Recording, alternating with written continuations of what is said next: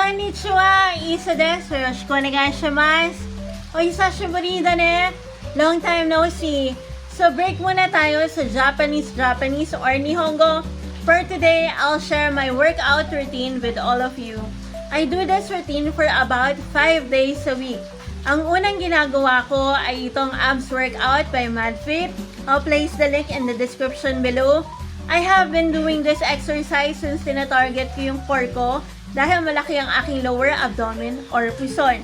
The next thing I do is use this purple jumping rope. I do 10 sets of 10 reps each. So, bali 100 lahat yon. If I can do more, I push myself to make another 2 sets. Then, may bago akong ginagawa ngayon. I bought this from Shopee. I'll also leave the link below. Ang tawag dito ay elastic stretch band para makorek ko yung posture ko at saka yung hub ko dito sa likod. Then, syempre, may waist trimmer din ako. Nahalungkat ko lang to sa baul. Kaya ganito yung itsura niya. Boro-boro des. It's already worn out.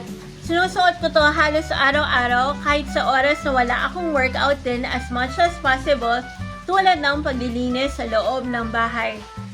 Then, come afternoon, kung walang ulan, naglalakad ako ng mabilis. Ang tawag dito ay brisk walking, hindi leisure walking or strolling. Kailangan mo maglakad ng mabilis para makapag-burn ka ng calories. Ang target ko everyday ay 5K steps. Then, for my diet, as much as possible din, kumakain na ako ng gulay ulit.